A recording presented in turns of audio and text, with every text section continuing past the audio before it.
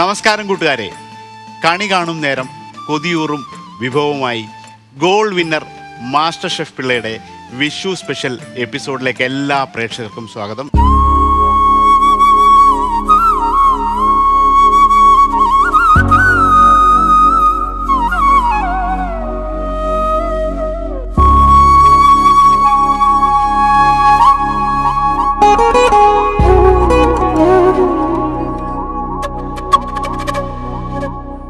വിഷുവായിട്ട് നമുക്കിന്നൊരു അടിപൊളി ഗസ്റ്റ് ഉണ്ട്. സ്വാഗതം ചെയ്യാം. ദിവ്യ പിള്ളയാണ്. നമസ്കാരം.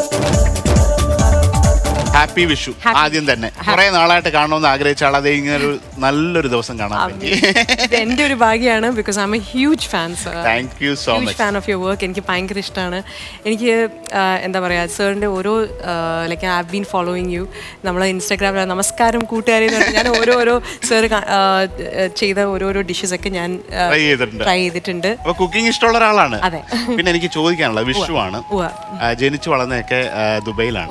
ഓക്കെ, അപ്പൊ അങ്ങനെയുള്ളവർക്ക് വിഷു എന്നൊക്കെ പറഞ്ഞ് ഭയങ്കര വിഷു ഓണം എന്നൊക്കെ പറഞ്ഞ് അല്ലെങ്കിൽ ക്രിസ്മസ് പെരുന്നാളൊക്കെ വെരി വെരി വെരി സ്പെഷ്യൽ ആണ്. അപ്പൊ വിഷു ആഘോഷമൊക്കെ വളരെ നാളുകൾ നീണ്ടില്ലേ? അപ്പൊ ആ ഒരു മെമ്മറീസ്. അപ്പൊ ക്രിസ്മസ് വരെ നമ്മൾ ആഘോഷിക്കും. അപ്പൊ ആ ചെറുപ്പത്തിലൊക്കെ ഉള്ള വിഷു ഒക്കെ കേരളത്തിൽ വന്നിട്ടുണ്ടോ അതോ ഒരു സമയം ദുബൈയിലായിരുന്നു? നമ്മൾ അവിടെ തന്നെ ആയിരിക്കും. ബിക്കോസ് നമുക്ക് പഠിത്തത്തിന്റെ സമയത്തൊക്കെ പഠിത്തത്തിന് ഇമ്പോർട്ടൻസ് കൊടുക്കരുന്നായിരുന്നു എൻ്റെ പേരൻസ് ഭയങ്കര. അപ്പോൾ എൻ്റെ വിഷു ഒക്കെ വർക്കിംഗ് ജീവിതത്തിൽ വിഷു നമ്മൾ ഓഫീസിലായിരിക്കും നമ്മൾ കൂടുന്നത്. എല്ലാവരും അത് ഡിഫറെന്റ് നാഷണാലിറ്റീസ് ആണല്ലോ. അവരെല്ലാരെയും കൊണ്ട് നമ്മൾ സാരി ഉടിപ്പിക്കും, പൂവൊക്കെ ഇടിപ്പിച്ച് അവർ നല്ല സുന്ദരി കുട്ടികളെ നമ്മൾ സദ്യ, ഉച്ചയ്ക്ക് സദ്യ നമ്മൾ ഓർഡർ ചെയ്യും. ചില ദിവസങ്ങളൊക്കെ ചില പ്രാവശ്യങ്ങളൊക്കെ നമ്മൾ വീട്ടിൽ നിന്ന്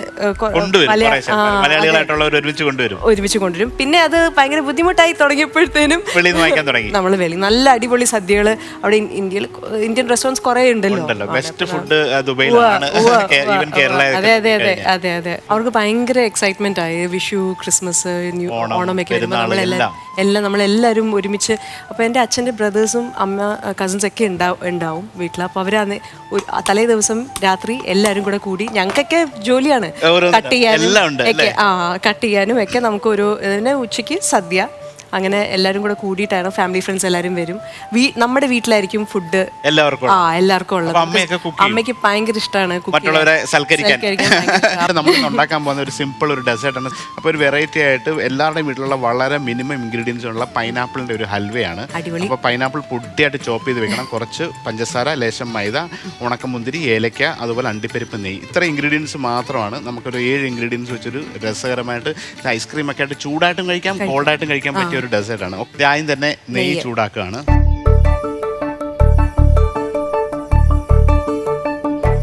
ചൂടായതിനു ശേഷം നമ്മൾ അണ്ടിപ്പരിപ്പും ഉണക്കമുന്തിരിയും ഇട്ട് റോസ്റ്റ് ചെയ്യും. ദിവ്യയുടെ ഏറ്റവും ഇഷ്ടപ്പെട്ട ഭക്ഷണം? പേഴ്സണൽ ഫേവറേറ്റ് എന്ന് പറഞ്ഞാൽ എനിക്ക് അവിയലും ചോറും അണ്ടിപ്പരിപ്പിട്ടിട്ട് ഒരു ഇല്ല തീയലുണ്ടാക്കില്ലേ. ഓ,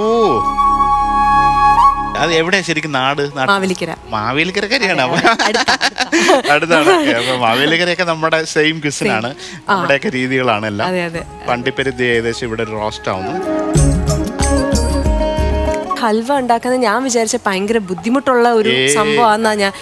പലതരം ഹൽവയുണ്ട് സമയമുള്ള, പക്ഷെ ഇത് വളരെ ഈസി ആയിട്ട് നമുക്ക് ചെയ്യാൻ പറ്റും.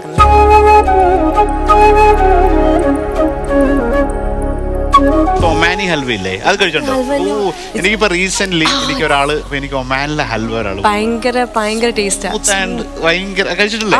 നമ്മുടെ ഹൽവ. അപ്പൊ ഞാൻ എങ്ങനെ ഇത് ഇവർക്കൊക്കെ എങ്ങനെ ഇത് കിട്ടും? ഈ ഹൽവ ചിലപ്പോ ഈ ഹൽവ ചിലപ്പോ അവിടുത്തെ ഒരു വേർഷൻ ഇവിടെ വന്നിട്ട് വേർതിരിച്ചുകൂടെ ഇവിടെ തിക്കായിട്ട് മാറും. ഇവിടെ കുറച്ചുകൂടെ ലൂസാണ്. അപ്പൊ അതുപോലെ തിരുനെൽവേലി ഹൽവയുണ്ട്, അത് കഴിച്ചിട്ടുണ്ടോ? അയ്യോ, അമേസിംഗ് ആണത്. അതുപോലെ ഇപ്പൊ കോഴിക്കോട് ഹൽവ എന്ന് പറയുമ്പോൾ നമുക്ക് തിക്ക് പീസാണ്, വേറെ രീതിയാണ്. പിന്നെ കൊല്ലം നമ്മുടെ സൈഡിൽ ഒരു അരിയൽവയുണ്ട്, ബ്ലാക്ക് കളർ. അത് ഏറ്റവും ശർക്കര, പക്ഷെ ഏറ്റവും ടൈം എടുത്ത് 9 hours വേണം. മെല്ലെ തേങ്ങാപ്പാലിനകത്തിട്ട് വയറ്റി അത് ഓരോരുത്തർ ഇങ്ങനെ ഇട്ട് ഒരു സെക്കൻഡ് സ്റ്റോപ്പ് ചെയ്യാൻ പാടില്ല, ഇളക്കാൻ. 5 പേരുണ്ട്. 5 പേരിൽ നിന്ന് മാറി വലിയ ഉരുളിക്കകത്തൊക്കെയാണ്. പഴയ കാലത്തെ കല്യാണങ്ങൾക്ക് എല്ലാം തലേ ദിവസം ഈ ഹൽവ നിർബന്ധമാണ്. ഞാൻ എമിറേറ്റ്സിലും ഫ്ലൈ ദുബായിലാണ് വർക്ക് ചെയ്തത് ഇതിൽ. അപ്പോൾ അവിടെ ഓഫീസിൽ നമ്മുടെ ഈ പല പല രാജ്യത്തിലെ ആൾക്കാരാണല്ലോ നമ്മൾ കൂടെ ഉള്ളത്. അപ്പോൾ അവരിങ്ങനെ ഓരോ അവരുടെ വിഭവങ്ങൾ ഇങ്ങനെ കൊണ്ടുവരും. ഫുഡാണ് നമ്മളെ എല്ലാവരും ഒരുമിച്ച് കൊണ്ടുവരുന്നത്. ഇപ്പം ഭാഷയില്ല. ഇപ്പോൾ I have A lot of Filipino friends, Pakistani friends ഉണ്ട്. അപ്പോൾ അവിടെ ഇല്ലേ നമുക്ക് ഈ പ്രശ്നങ്ങളും അതൊന്നും നമ്മൾ അറിയും കൂടി ഇല്ല. അതെ, എനിക്ക് പാലസ്തീനി ഫ്രണ്ട്സ് ഉണ്ട്, ഇസ്രായേലി ഫ്രണ്ട്സ് ഉണ്ട്, and we all come together for food. നമ്മൾ ഫുഡാണ് നമ്മളെ ഒരുമിച്ച്. That is one of the factors. Okay, നമുക്കിനി സിനിമയിലേക്ക് വരാം.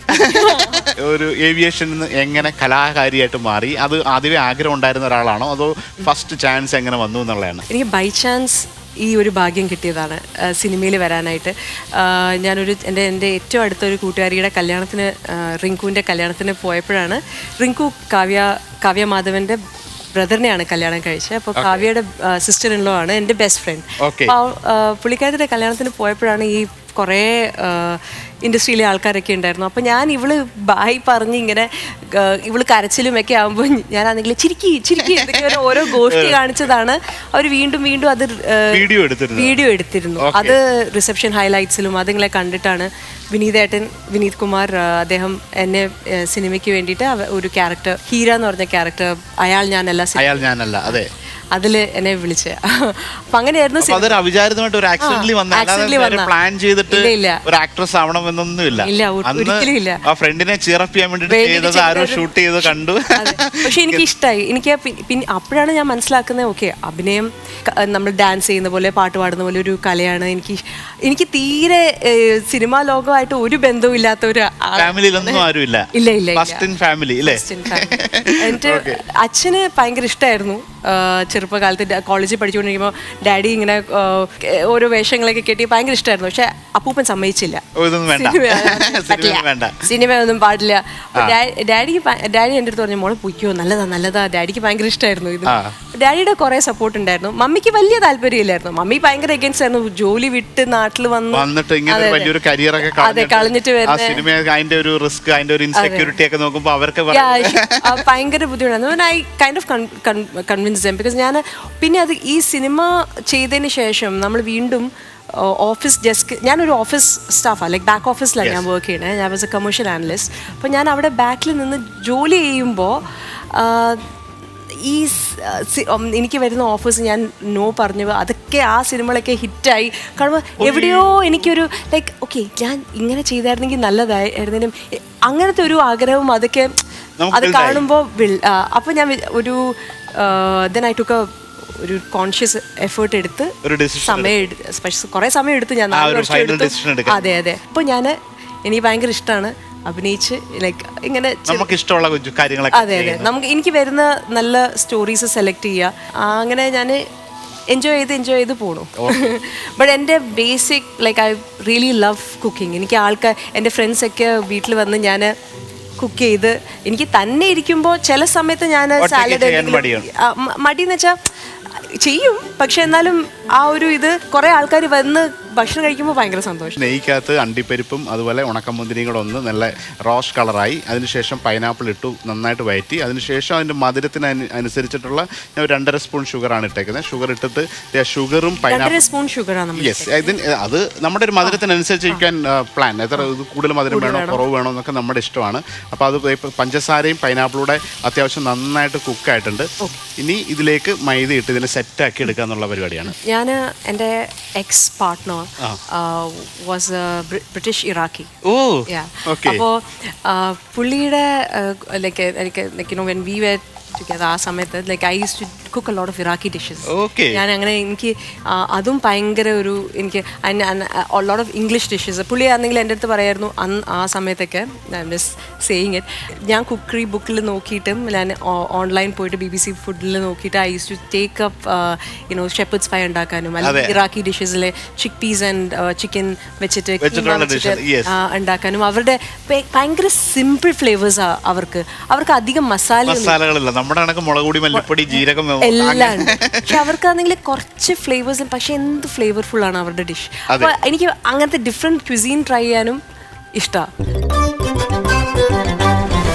സർ ആണെങ്കിൽ ഭയങ്കര ലൈക് ഫ്യൂഷൻ ചെയ്യും. അതെ അല്ലേ? അതെ, എനിക്ക് ഭയങ്കര പേടിയുള്ള സംഭവം ട്രൈ ചെയ്യാനായിട്ട്. ഇത് എങ്ങനെയാവും, അത് ചിലപ്പോൾ അത് ബുദ്ധിമുട്ടാവും, അത് എങ്ങനെ ടേസ്റ്റ് ഉണ്ടാവുമോ എന്നുള്ളൊരു ആ ഒരു ധൈര്യം എനിക്ക് അങ്ങനെ അങ്ങോട്ട് വന്നിട്ടില്ല ചെയ്യാനായിട്ട്. ഞാൻ സിനിമ കാട്ടിലും കൂടുതൽ കാണുന്നത് കുക്കറി ഷോസും ഫുഡ് നെറ്റ്വർക്കും ഭയങ്കര ഇഷ്ടമാണ്. ബേക്കിംഗ് ഭയങ്കര ഇഷ്ടമാണ് എനിക്ക്. ബേക്കിംഗ് ഈ കുക്ക് ഓഫ് ഇത് നടക്കില്ലേ, ഭയങ്കര ഇഷ്ടം അതൊക്കെ ഇത് കാണാൻ. നമ്മുടെ ഹൽവ ഏകദേശം ഇതുണ്ട്, ഇതിപ്പോ ആ ഒരു ടെക്സ്ചറിലേക്ക് എത്തി. ഇതിലേക്ക് നന്നായിട്ട് ലേശം മൈദ ഇട്ടു. നമുക്ക് ആ ഒരു പൈനാപ്പിൾ എങ്ങനെയാണ്, പൈനാപ്പിൾ ആദ്യം തന്നെ പറഞ്ഞ് പൊടിയായിട്ട് അരിയുക, അത് നെയ്ക്കകത്തിരുന്ന് നന്നായിട്ട് വയറ്റി പഞ്ചസാരയായിട്ട് കുക്കാവും. കുക്കായതിനു ശേഷമാണ് അതിനെ ഒരു ഹൽവ മോഡിൽ എത്തേണ്ട രീതിയിലുള്ള കുറച്ച് മൈദ ഇട്ടിട്ട് നന്നായിട്ട് ഇങ്ങനെ മിക്സ് ചെയ്ത് വീണ്ടും അത് സെറ്റാക്കി എടുക്കാം. നമുക്ക് സെറ്റാക്കി എടുക്കാം. ഇത് ചൂടോടുകൂടെ ഇത് vanilla ice cream and this is very nice. Okay, pineapple അറിയാവുന്നവർക്ക് അറിയാലോ എന്റെ സ്വീറ്റ്നെസ്സും.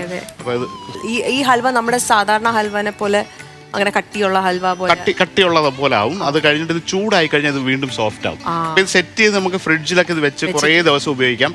അത് കഴിഞ്ഞിട്ട് നമുക്കൊരു മൈക്രോ ചെയ്യുകയാണെങ്കിൽ അങ്ങനെയൊക്കെ ചെയ്യുകയാണെങ്കിൽ ചൂടായി കഴിഞ്ഞാൽ വീണ്ടും ആ സോഫ്റ്റ് മോഡിൽ തന്നെ വരും. ഞാൻ കൊതിച്ചാട്ടോ. പൂജിതയൊക്കെ അറിയാലോ. നിങ്ങളൊക്കെ കൂടി എന്താ ചെയ്യല്? ഭക്ഷണം ഉണ്ടാക്കി കഴിക്കോ, അതോ വർത്താനം പറഞ്ഞിരിക്കോ, പാർട്ടിയാണോ, എന്താണ്? വരുന്നത് എന്തിനാന്നറിയോ, എന്റെ വീട്ടില് എന്റെ അടുത്ത് പറയും, ദിവി ഞാൻ വരികയാണ്, എനിക്ക് ദാൽ കിച്ചടി വേണം. ഓ, ദാൽ കിച്ചടി വേണം. അപ്പൊ ഞാൻ അവള് വരുമ്പോ തന്നെ കുക്ക് ആൻഡ് കീപ്പ് അവൾ റെഡി ആക്കി വെക്കും. പിന്നെ ദിയയ്ക്കും ഒക്കെ ഭയങ്കര ഇഷ്ടം ചിക്കൻ. ഞാൻ ചിക്കൻ ഉണ്ടാക്കും. ആശാട്ടി വന്നിട്ട് ഇവിടെ എന്തൊക്കെയാ പറഞ്ഞ, അവള് കുക്ക് ചെയ്യും.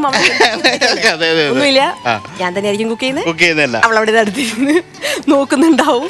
അതാണ് കേട്ടോ സത്യം. അവൾ വന്നതൊന്നും വിശ്വസിക്കണ്ട. ഇത് ഹൽവ നമുക്ക് ഏത് ഷേപ്പിൽ വേണമെങ്കിലും ഷേപ്പ് ആക്കി എടുക്കാം. അതൊന്ന് സെറ്റ് ആയി കഴിഞ്ഞാൽ സ്പൂൺ വെച്ചിട്ട് ഒരു സ്കൂപ്പ് ചെയ്യാം. സ്കൂപ്പ് ചെയ്തിട്ട് അല്ലെങ്കിൽ സ്കൂപ്പ് വെച്ചിട്ട് ചെയ്യാം. അപ്പോൾ ഇതൊരു 15 മിനിറ്റ്സിന്റെ പണി മാത്രമേ ഉള്ളൂ. അപ്പോൾ നിങ്ങൾ ഓൾറെഡി ഇത് കണ്ടുകൊണ്ടിരിക്കുമ്പോൾ 1 മണിയൊക്കെ കഴിഞ്ഞു. അപ്പോൾ ഭക്ഷണം ലഞ്ച് കഴിഞ്ഞിട്ട് ഇങ്ങനെ ആസ്വദിച്ചിരിക്കുന്ന സമയമാണ്. അപ്പോൾ എന്തായാലും ഇന്ന് വൈകുന്നേരം പൈനാപ്പിളൊക്കെ വീട്ടിലുണ്ട്. ഇപ്പോൾ ഈ ഒരു സീസൺ കേരളത്തിൻ്റെ ഏറ്റവും ഫേവറേറ്റ് ആയിട്ടുള്ള, കേരളത്തിൽ ഏറ്റവും കൂടുതൽ സുലഭമായിട്ട് കിട്ടുന്ന ഒരു ഫ്രൂട്ടാണ് ഈ ട്രോപ്പിക്കൽ ഗണത്തിലുള്ള പൈനാപ്പിൾ എന്ന് പറയാം. നിങ്ങൾ ജ്യൂസ് ഒക്കെ അടിച്ച് കുടിക്കാതെ വല്ലപ്പോഴും ഇതൊക്കെ ഉണ്ടാക്കി കഴിക്കുക. എന്നിട്ട് ഫ്രിഡ്ജിൽ കീപ്പ് ചെയ്യാൻ പറ്റും. ആരെങ്കിലും ഒക്കെ ഒരു ഗസ്റ്റ് വന്നാൽ ഒരു സ്കൂപ്പ് ഒന്ന് ചൂടാക്കി എടുത്തിട്ട് അതിനകത്തൊരു ഐസ്ക്രീം വെച്ച് കൊടുക്കുക. അല്ല നോർമൽ നാച്ചുറലായിട്ട് അല്ലാതെ തന്നെ കഴിക്കാൻ ഇത് രസമാണ്.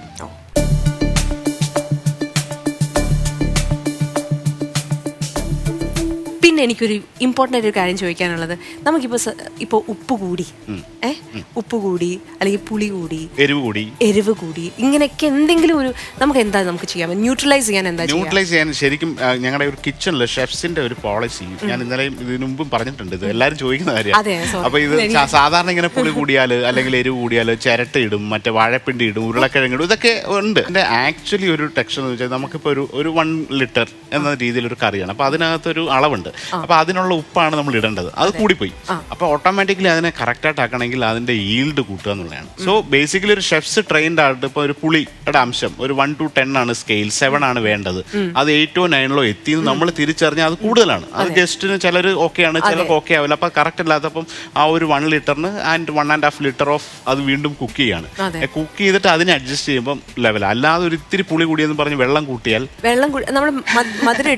മധുരം ഇതിനെ കട്ട് ചെയ്യാനായിട്ട് എല്ലാ കറിയിലും വേണമെങ്കിൽ ഒരു പിഞ്ച് ഓഫ് ഷുഗർ ഒക്കെ ഇടും. അതിനെ ഒരു ബാലൻസ് ചെയ്യാൻ വേണ്ടിട്ട് ജസ്റ്റ് നോട്ട് അത്. പക്ഷേ ഒരു പുളി കൂടി എന്ന് പറഞ്ഞിട്ട് അതിനെ കുറയ്ക്കാൻ മധുരിച്ചിട്ട് കാര്യമില്ല. എന്തെങ്കിലും കൂടിയാൽ ഓട്ടോമാറ്റിക്കലി അതിന്റെ ആ ഒരു പ്രോസസ്സിനെ വീണ്ടും ആ ഈൽഡിനെ ഉയർത്തുമ്പോൾ ഓട്ടോമാറ്റിക്കലി അത് വരും. അപ്പൊ എനിക്കിനി ചോദിക്കുമ്പോ മലയാളമായി, തമിഴിൽ അഭിനയിച്ചു, ഇപ്പൊ തെലുങ്കിലാണ് അല്ലേ? അപ്പൊ ഒരു പാൻ ഇന്ത്യയിൽ ഇങ്ങനെ കറങ്ങി നടക്കുകയാണ്. ഇനി ഹിന്ദിയിലേക്ക് വരണം. അപ്പൊ എങ്ങനെയാണ് അപ്പൊ ഒരു മറ്റു ഭാഷയിലൊക്കെ പോയി അഭിനയിക്കുമ്പോൾ ഉണ്ടാവുന്ന സന്തോഷം, അല്ലെങ്കിൽ ഹൗ യു ഫീൽ? അവർക്ക് ശരിക്കും നമ്മുടെ മലയാളി ആർട്ടിസ്റ്റിന് ഭയങ്കര റെസ്പെക്റ്റ് ആണ്. That is only because of നമ്മുടെ സിനിമ, നമ്മുടെ സീനിയേഴ്സ് ആയിട്ടുള്ള ആൾക്കാർ ചെയ്ത് വെച്ചതിന്റെ ഗുണമാണ് അത്.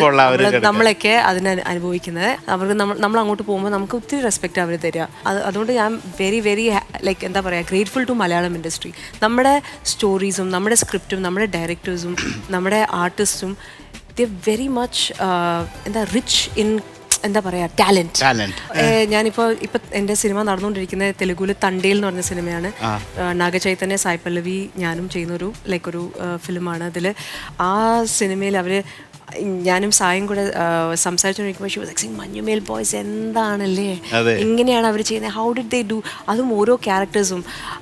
ഞാൻ ഈയിടെ ഒരു റീല് കണ്ടു, അതിൽ അഭിനയിച്ച ആ പോലീസ് ക്യാരക്ടർ, അദ്ദേഹം the way how he was you know അത് കൊടുത്ത അവർക്ക് ആ ഒരു ഓപ്പർച്യൂണിറ്റി കൊടുത്ത. So big I'm so proud to be in Malayalam industry. നമുക്ക് ഇനി ഇത് ടേസ്റ്റ് ചെയ്യാനായിട്ട് പോവാം. Okay,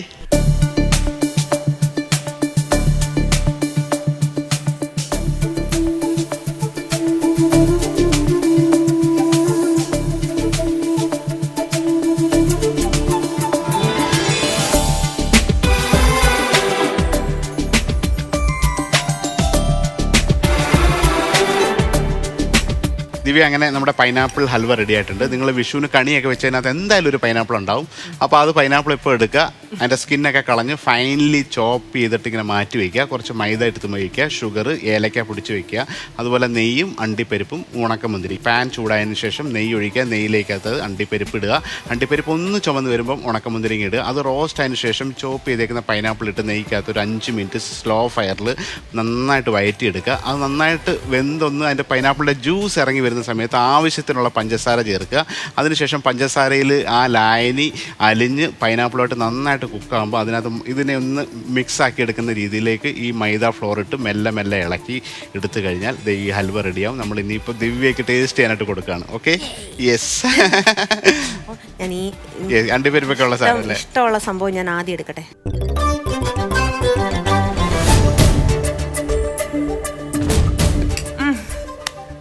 thank you.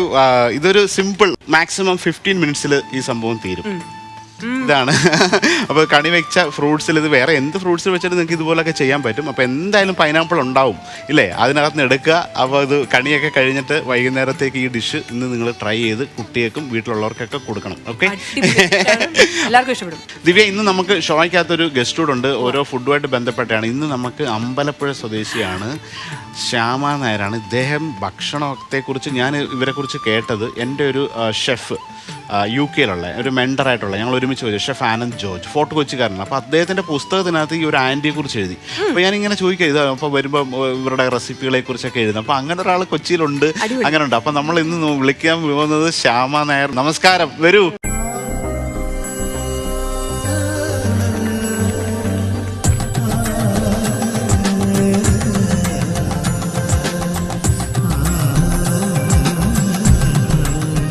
ഇതിനകത്ത് മാമ്പഴ പുളിശ്ശേരി, അതുപോലെ ഇടിച്ചക്ക, ഇത് രണ്ടും നമ്മളുടെ പൈതൃകമായിട്ട് കേരളത്തിൻ്റെ സ്വന്തമാണ്. അത് വിഷു പോലൊരു ദിവസത്തിൽ മലയാളികളെല്ലാം ഭയങ്കര സന്തോഷിച്ചിരിക്കുന്ന ദിവസത്തിൽ മാമ്പഴ പുളിശ്ശേരിയൊക്കെ കൂട്ടി കഴിക്കുക എന്ന് പറയുന്നത് തന്നെ ഒരു അമേസിംഗ് ആയിട്ടുള്ളൊരു എക്സ്പീരിയൻസ് ആണ്.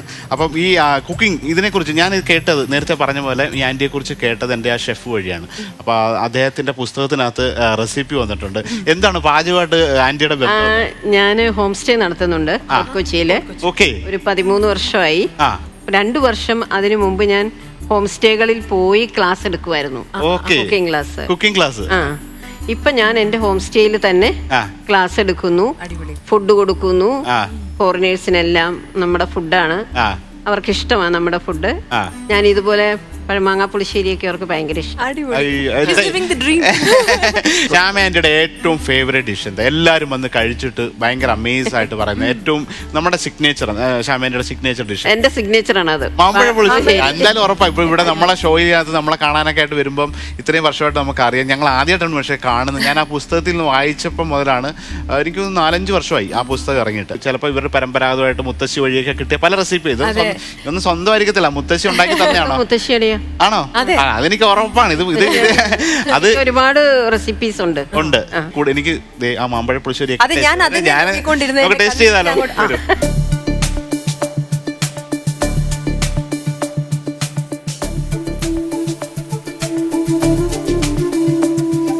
ഇതെന്ത് മാങ്ങയാണ്?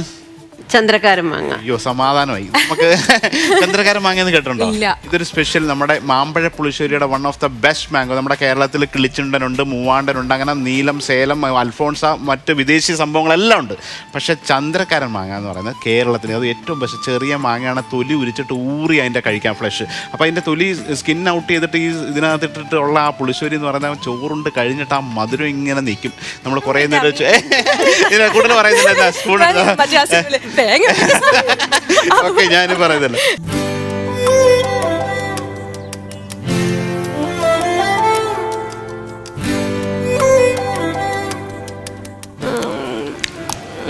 അയ്യോ വേണമെങ്കിൽ പാക്ക് ചെയ്ത് തരണം. ആന്റി പെട്ടെന്ന് ആ മാമ്പഴ പുളിശ്ശേരിയുടെ റെസിപ്പി നമ്മുടെ പ്രേക്ഷകർക്ക് പറഞ്ഞു കൊടുക്കും. ചന്ദ്രക്കാരൻ മാങ്ങയാണ് സാധാരണ ഇതിന് നമ്മൾ ഉപയോഗിക്കുന്നത് മാമ്പഴ പുളിശ്ശേരിക്ക്. സാധാരണ വീടുകളിലൊക്കെ ചെയ്യുന്നത് ഇതിന്റെ തൊലി കളഞ്ഞിട്ട് ഇതിനെ പിഴിയും. പിഴിഞ്ഞിട്ടാണ് നമ്മൾ വേവിക്കുന്നത്. മുളക് പൊടിയും മഞ്ഞളും ഉപ്പും ഇട്ടിട്ട് വേവിക്കും. അത് പറയുമ്പോ തന്നെ വായിൽ വെള്ളം വരും.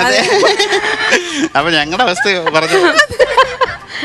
അപ്പം എന്നിട്ട് നമ്മൾ മുളകും മഞ്ഞൾപ്പൊടി ഉപ്പും ഇട്ട് വേവിക്കും. അത് കഴിഞ്ഞ് നമ്മൾ തേങ്ങയും ചിലര് ജീരകം അരയ്ക്കും. ഞാൻ ജീരകം അരച്ചിട്ടില്ല. എന്നിട്ട് നമ്മൾ തേങ്ങയും മഞ്ഞളും കൂടെ നന്നായിട്ട് അരയ്ക്കും. നല്ല വെണ്ണ പോലെ അരച്ചിട്ട് ഇത് വെന്ത് കഴിഞ്ഞ് കഴിയുമ്പം നമ്മൾ ഇതിനകത്തേക്ക് ഈ അരപ്പ് ചേർക്കും. ചേർത്ത് അത് തിളച്ച് കഴിഞ്ഞിട്ട് ഇത്തിരി ഒന്ന് വെയിറ്റ് ചെയ്യണം. എന്നിട്ട് നമ്മൾ തൈരോ മോരോ, ചിലർ മോരൊഴിക്കും, ഞാൻ പക്ഷെ തൈരാണ് ഒഴിച്ചിരിക്കണേ. തൈര് ഒഴിക്കും. പക്ഷെ കടുക് വറക്കുന്നതിലാണ് ഇതിന്റെ മെയിൻ. ആ അപ്പൊ നമ്മൾ കടുകും ഉലുവയും മുളകും കരിവേപ്പിലയും, പിന്നെ നമ്മൾ ഇറക്കി കഴിഞ്ഞ് കഴിയുമ്പോൾ ഒരു നുള്ള് ഈ ഉലുവയുടെ പൊടിയിടാം.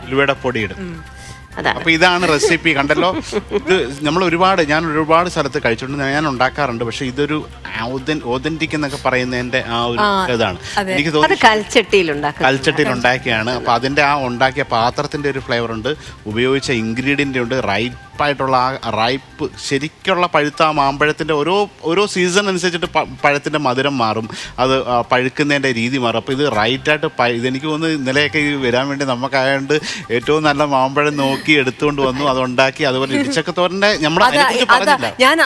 ഞാൻ ഇതില് അമ്മ ഇതിനകത്ത് ഇട്ടിട്ടുണ്ടോ ഈ ഉഴുന്നിടണം, എന്നെങ്കിലേ അതിനൊരു ബൈറ്റ് കിട്ടാൻ സ്മെല്ലും ഒക്കെ വരുള്ളൂ. ഞാൻ ഒന്നുകൂടെ എടുക്കുവാണേ. എടുത്തോ, കഴിക്കുക. ഇനി ഒരു സാധനം ഉണ്ട് കഴിക്കാൻ. അത് നെയ്പായസമാണ്. നെയ്പായസം അതാണ് നമുക്ക് അമ്പലത്തിൽ കിട്ടുന്ന ഉണക്കലരിയുടെ. അതായത് പായസം എന്ന് പറഞ്ഞാൽ നമുക്കൊരു കൺസെപ്റ്റ് ഉണ്ട്, അതൊരു ലായനി ആയിരിക്കണം, ഇതായിരിക്കണം. ഇത് നമുക്ക് ഇതിന് വിഷുവിന് ഉണ്ടാക്കുന്നതാണ് വീടുകളില്.